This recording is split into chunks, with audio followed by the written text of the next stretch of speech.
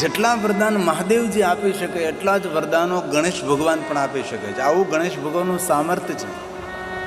વિઘ્નોને હરનારા છે, મંગલ કરનારા છે, સુરપ્રિય, દેવતાઓને બહુ જ વાલા છે, લંબોદરા, જેમનું ઉદર બહુ મોટું છે, પેટ મોટું છે, સકલ ના થાય, જગત ઉપર જેનો જયજયકાર છે, નાગાન નાય, હાથીનું જેને મસ્તક ધારણ કર્યું છે, શ્રુતિ જેનો મહિમા ગાય છે, વિભૂષિતા ગૌરી પુત્ર છે, એવા ભગવાન ગણેશજી અમે તમને પગે લાગીએ છીએ કે અમે જે કાંઈ કાર્યો કરીએ છીએ એમાં વિઘ્ન હરતા છો ને મંગલ કરતા છો, એવા ભગવાન ગણેશ અમે તમને પગે લાગીએ છીએ. ગણેશ ભગવાનને રોજ યાદ કરો.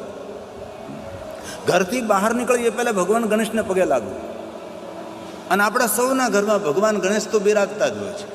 કદાચ અન્ય દેવતાઓની પ્રતિમા તેનો વિગ્રહ મૂર્તિ સ્વરૂપ ન હોય, પણ ગણેશ ભગવાન તો હોય જ.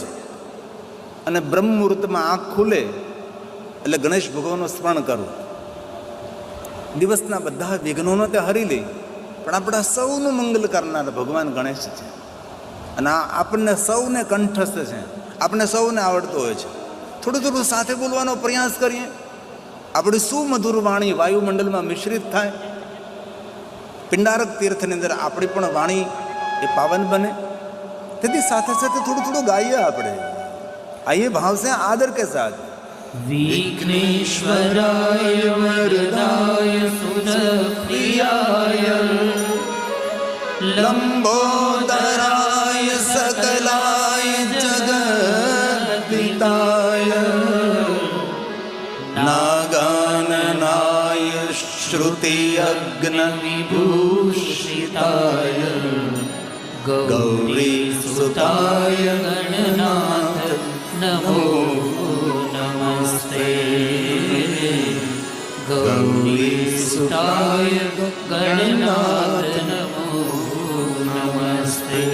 મારા યુવાન ભાઈઓ બહેનો જે ભણેલા છે એને એક મારી પ્રાર્થના છે, રોજ દ્વાદશ ગણેશ સ્તોત્રનો પાઠ કરવો. શ્રી નારદ પુરાણે સંકટ નાશનમ ગણપતિ સ્તોત્રમ, બધી જ કામનાઓની પૂર્તિ કરનારો આ ગણેશ સ્તોત્ર છે. પ્રણમ્યામ શીર્ષાદેવ ગૌરી પુત્ર વિનાયકમ ભક્તવાસન સમર નિત્યમાયુ કામાર્થ સિદ્ધિએ પ્રથમમ વક્રતુંડ ચ એકદંતમ ચ દ્વિતીયકમ. આવી રીતે ક્રમશઃ દ્વાદશ ગણેશજીના નામ છે. દ્વાદશ ગણેશ રોજ આ બોલવાથી શું તો કે વિદ્યાર્થી લભતે વિદ્યા, ધનાર્થી લભતે ધનમ, પુત્રાંથી લભતે પુત્રાન, મોક્ષાંથી લભતે ગતિમ. જે કોઈ આ સ્તોત્રનો પાઠ કરે છે એનો ખૂબ મહિમા છે. તેથી ભણેલા દીકરા દીકરીઓ છે અથવા જેની પાસે અક્ષર જ્ઞાન છે, જેમને વાંચતા આવડે છે, તેમને રોજ આ ગણેશ સ્તોત્રનો પાઠ કરો. સંકટ નાશન ગણેશ સ્તોત્ર દરેક સંકટોમાંથી મુક્ત કરનારો સ્તોત્ર છે. બહુ મોટું નથી. આમ જુઓ કેટલો સુંદર સમન્વય. દ્વાદશ જ્યોતિર્લિંગો, આપણા 12 જ્યોતિર્લિંગ, દ્વાદશ જ્યોતિર્લિંગ સ્તોત્રમ, એની સામે દ્વાદશ ગણેશ સ્તોત્રમ. આ કેટલો સુંદર મજાનો બાપ અને દીકરાનો સામ્ય ધરાવે છે. પ્રણમ્યામ શીર્ષા દેવ ગૌરી પુત્ર વિનાયક શ્લોકાત્મક. પ્રણમ્યં શીર્ષા દેવં ગૌરી પુત્ર વિનાયકં. કેટલી સુંદર વાત છે. ભક્તાવાસં સ્મરે નિત્યં આયુ કામાર્થ સિદ્ધયે. આયુ કામાર્થ સિદ્ધિ, આયુની વૃદ્ધિ કરે, કામનાઓની પૂર્તિ કરે છે. આવું સુંદર સ્તોત્ર છે આ. તેથી મારા યુવાન ભાઈઓ બહેનોને મારી હૃદયથી પ્રાર્થના, ભલે બીજા બધા સ્તોત્ર થાય તો વધારે સારું, પણ વિશેષ કરીને આ સ્તોત્રનો પાઠ કરો. પ્રથમમ વક્રતુંડ, પ્રથમં વક્રતુંડં ચ એકદં દ્વિતીયકં તૃતીયમ તૃતીયં કૃષ્ણપિંગલાક્ષં ગજવક્त्रं ચતુર્થકં. લંબોદરમ પંચમમ ચ ષષ્ઠમ વિકટમેવ ચ સપ્તમમ વિઘ્નરાજમ ચ ધૂમ્રવર્ણ તથાષ્ટકમ નવમં બાલચંદ્રમ ચ દશમં તુ વિનાયકમ એકાદશં ગણપતિમ દ્વાદશમ તુ ગજાનનમ. અને 3 સમય પાછો કરવાનું કહ્યું. આ 3 સમય. આ સ્તોત્ર સવારમાં પણ બોલવાનું, બપોરે પણ બોલવાનું અને સાંજે પણ બોલવાનું. ત્રિસંધે પઢેન નર. 3 સમય જે સ્તોત્રનું આ ગાયન કરે છે એની બધી જ કામનાઓ ગણેશજી પૂર્ણ કરે છે.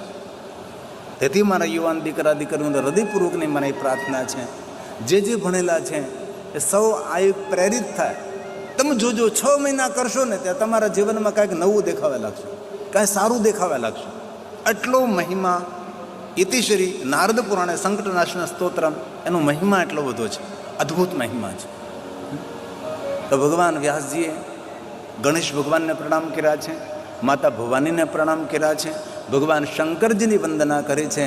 અને હવે શિવ મહાપણ કથાનો પ્રારંભ થાય છે. તેથી 24 કલાકમાંથી જ્યારે તમને સમય મળે ત્યારે ગામના શિવાલયે જાજો.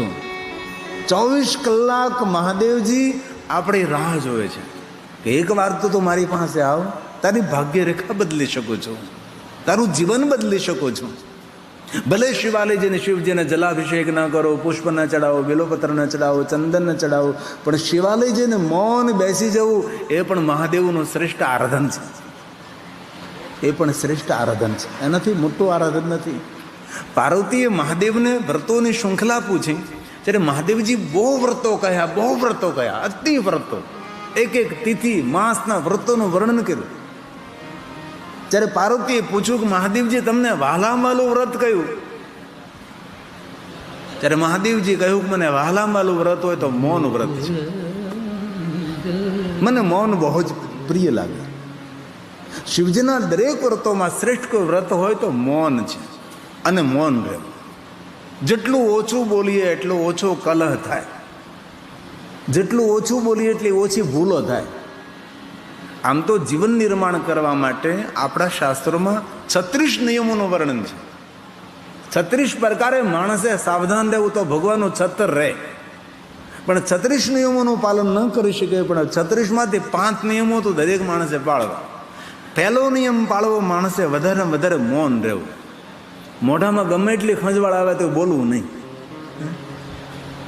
5 શબ્દોથી વાત પૂરી થતી તો 6ઠ્ઠા શબ્દોનો પ્રયોગ કરવો ન જોઈએ. આને ડાયા માણસો કહેવાય. કારણ વગરના બડબડાટ કરે. અરે ફોનમાં કેટલી લાંબી વાતો કરે. અરે ભાઈ જરૂરિયાત હોય એટલી વાત કરે. સામો માણસ કયા કામમાં છે, કઈ અવસ્થામાં છે, કઈ વ્યવસ્થામાં છે, આપણને થોડી ખબર છે, આપણે લાગી પડીએ તો. તેથી આજથી એક નિયમ ધારણ કરવાનો, મૌન રહેવાનું. બહુ જરૂરિયાત હોય તો જ બોલવાનું. જેટલું વધારે મૌન રહેશો એટલે શિવજીની કૃપા ઉતરશે. શિવજીને મૌન બહુ જ વાલું લાગે છે. તેથી પહેલો નિયમ આજથી ધારણ કરવાનો, વધારે મૌન રહેવાનું.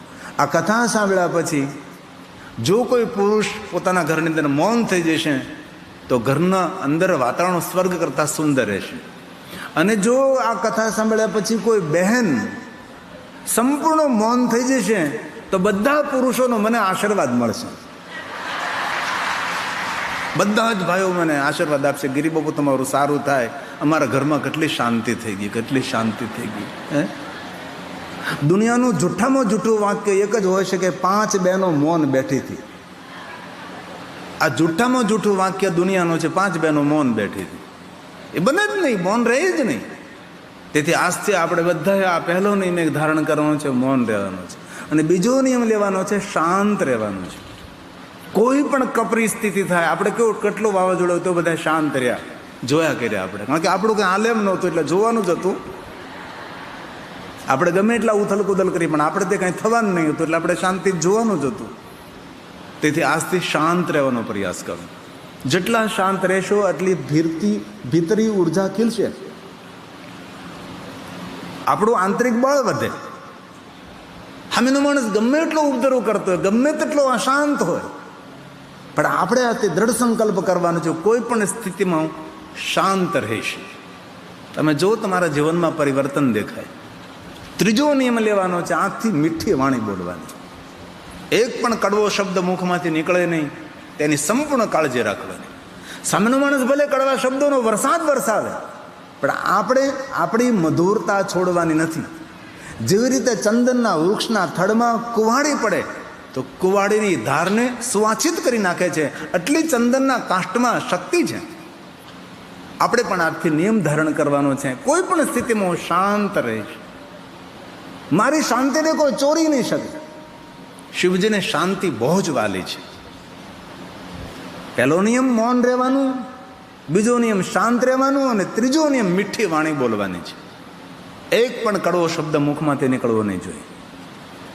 ભલે ઘરના સભ્યો કડવા શબ્દોનો વરસાદ વરસાવે, શબ્દ સંભાળ કર બોલીએ, શબ્દ કો હાથ ન પાઓ. એક શબ્દ ઔષધ કરે, એક શબ્દ કરે ઘા. દુનિયાનું મોટામાં મોટું કોઈ વશીકરણ હોય તો તમારી મધુર વાણી છે. અને સત્ય સવર મધુર વાણી તો ઈશ્વરની ઉપાસના છે. સત્ય સવર મધુર વાણી તો ઈશ્વરની પૂજા છે. સત્ય સવર મધુર વાણી તો ઈશ્વરની સ્તુતિ છે. તેથી આજથી આપણે સૌ નક્કી કરીએ, મીઠી વાણી બોલીએ. કબીરે બહુ સુંદર વાત કરી છે, મીઠા સબસે બોલીએ. મીઠા સબસે બોલીએ. અરે શત્રુઓ પણ મિત્ર બનવા લાગે, આપણો વિરોધી પણ આપણો ચાહક બનવા લાગે. વાણીની મધુરતા છોડવી નહીં. તે દુનિયાનું મોટા મોટું વશીકરણ મીઠી વાણી છે.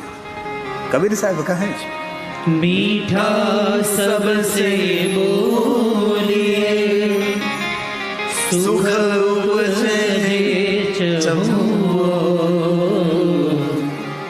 વશીકરણ યહ મંત્ર હૈ, તજીએ બચન કઠોર, તજીએ બચન કઠોર. તેથી ત્રીજો નિયમ ધારણ કરવાનો, મીઠી વાણી બોલો. ઘરમાં સ્વર્ગ કરતા સુંદર સુખોની અનુભૂતિ મીઠી વાણીથી થશે. સ્વજનો તમને આદર આપશે, તમારા પરિવારજનો તમને માન આપશે, મિત્રો બધા તમારી સાથે જોડાવા તૈયાર થશે. મીઠી વાણી, મધુર વાણીમાં અદ્ભુત શક્તિ છે. ચોથો નિયમ, કોઈ દિવસ કોઈની ખરાબ વાત કરવી નહીં, કોઈની ખરાબ વાત સાંભળવી નહીં. કાન એ આપણો કચરાપેટી નથી, કોઈનો કાન આપણા માટે થૂકદાની નથી. તેથી કોઈની ખરાબ વાત કરવી નહીં, ખરાબ વાત સાંભળે. ભદ્રમ કર્ણે વિષ્ણુયામ દેવા. પાંચમો નિયમ, શુદ્ધ શાકાહારી રહેવું અને નિર્વ્યસની રહેવું.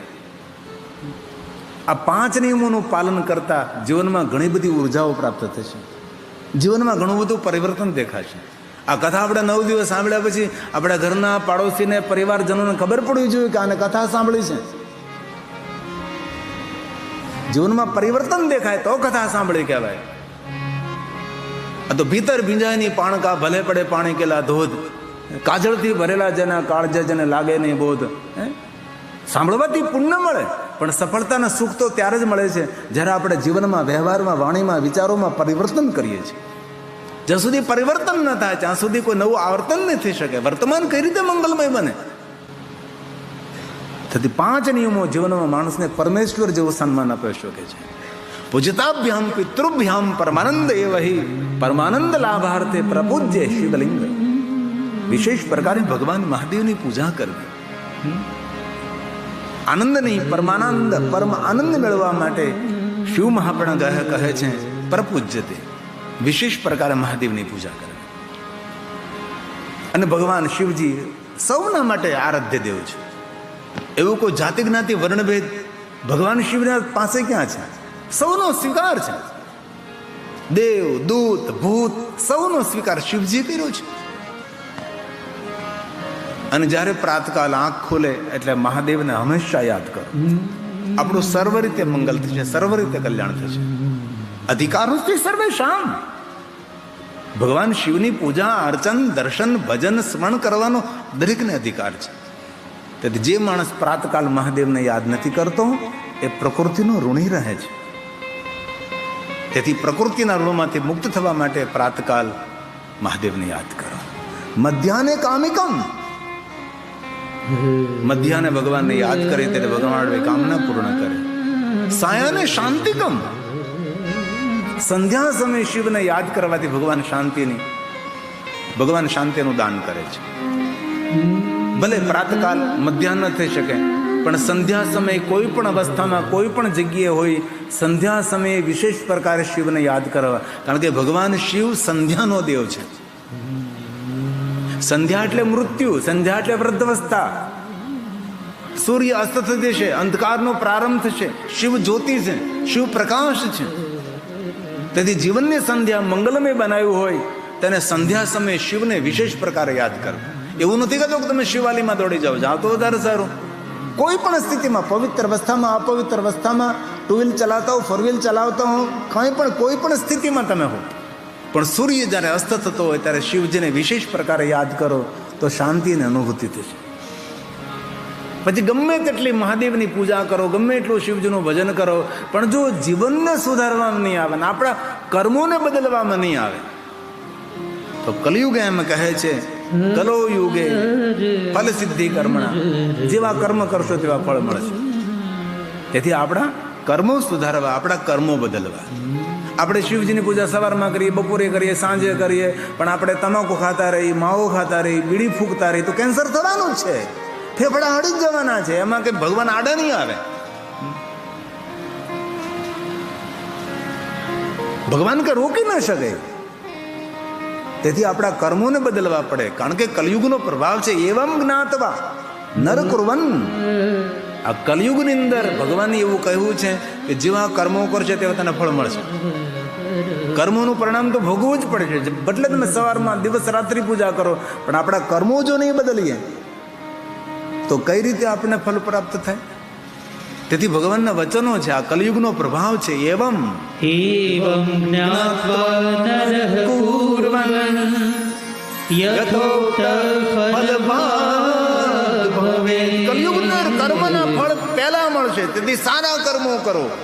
કલો યુગે વિશેષણ ફલ સિદ્ધિસ્તુ કર્મણા ફલ સિદ્ધિસ્તુ જેવા કર્મો કરશો તેવા ફલ કલયુગની અંદર પ્રાપ્ત થશે. કર્મ પ્રધાન વિશ્વ રચી રાખા. તો રામચરિત માનસ તુલસીએ કહ્યું, કલયુગની અંદર કર્મ કરશો તેવું ભગવાન ફળ આપવા માટે બંધાયેલો છે. તેથી કામ તો કરવું જ પડે. કોઈ પણ ક્ષેત્રમાં બેઠા બેઠા ના મળે. ઘણા લોકોને અજગર કરેના છાકરી, પંછી કરેના કામ, એ તો અજગર માટે કહેવાનું, કે તારા માટે નથી બોલાણું. પંછી કરેના કામ, પંખી ક્યાં કામ, તારા તો કામ કરવું જ પડે છે. બાળકને પણ